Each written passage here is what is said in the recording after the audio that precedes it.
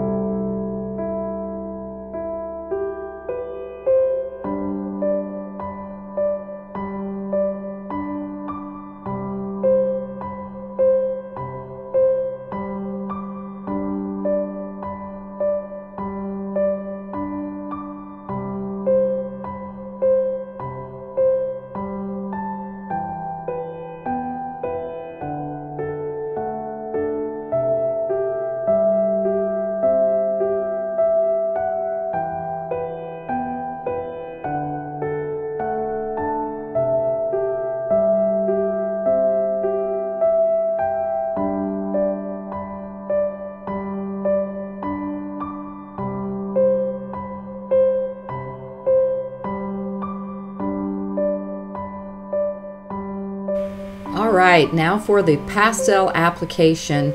And I'm not going to add a lot of commentary to this because it's pretty self-explanatory, but I will mention that the UArt paper was really great for this. I've been working on some watercolor paper for my last few videos, which is awesome. I mean, and it's very affordable the way I've been using it with the clear gesso, but it was quite refreshing and nice to get back on this UArt paper and just have some fun. So I just got in the sky is my lightest value, and the tree trunk is the darkest value. So I'm just kind of establishing my lightest light and my darkest dark to begin with. Oh, and the shadow. The shadow is also another dark in here. And this one was also kind of like some of my other videos where I get to go back and look at the steps, and there was some in between or middle stages that I really liked, but it's all fun and always learning. So I hope that you will try this this technique.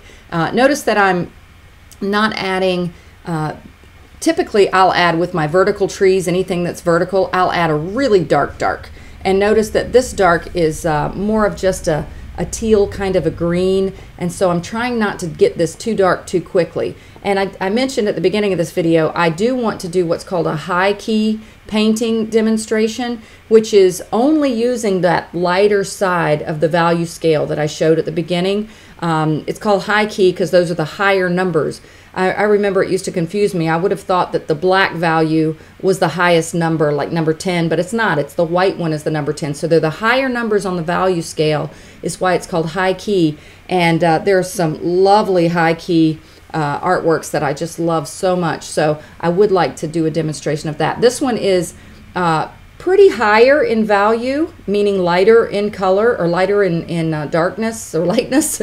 And so it's almost a high key painting with the exception of some of the middle values that I have going on there. So anyway, so just enjoy this, and I will add some more commentary as we get close to the final.